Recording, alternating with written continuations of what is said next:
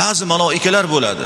U maloikalar ertalabdan kechgacha banda bilan har doim hamroh.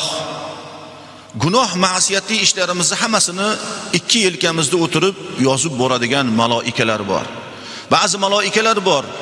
Ular Allohga faqatgina qiyomda turishadi. Ba'zilari bor rukuda turishadi, ba'zilari sajdada turishadi.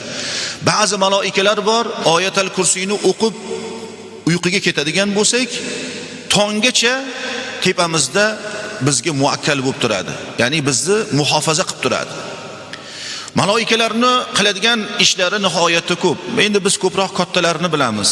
Jibril, Mikoil, Isrofil va Malakul Maut Azroil alayhissalomlarni bilamiz.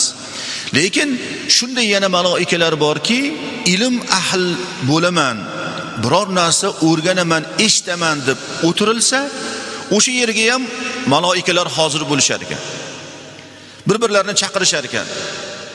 Bu yoqqa kelinglar, bu yoqqa kelinglar, mana bu yerda suhbat bo'lyapti, mana bu yerda suhbat bo'lyapti deb bir-birlarini chaqirishar ekan maloikalar. O'sha yerda o'tirganlarni hammasini, kelayotganlarni nomma-nom bitib borishar ekan.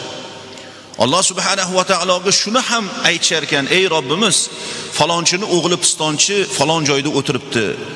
Falon qilyapti, piston qilyapti, zikr aytyapti, tasbih aytyapti, ilm eshityapti, Qur'on o'qiyapti." Shularni Alloh subhanahu va taologa demak yetkazishar ekan. Kimni endi ismi Allohning huzurida aytilishni xohlaydigan bo'lsa, ilm majlislarini lozim tutsin deydi ulamolarimiz. Demak, birodarlar, mana shu niyatlarimizni to'g'rilab oladigan bo'lsak, ham jumaga kelayotgan ajrni topamiz, ham ilm olayotgandagi tolibi ilmlar erishadigan darajalarni ham topamiz. Chunki maloikalarni ana shu masjid sari tashlab kelayotgan qadamlarini hammasini hisoblab borar ekan. Nechta qadam yurganimizgacha.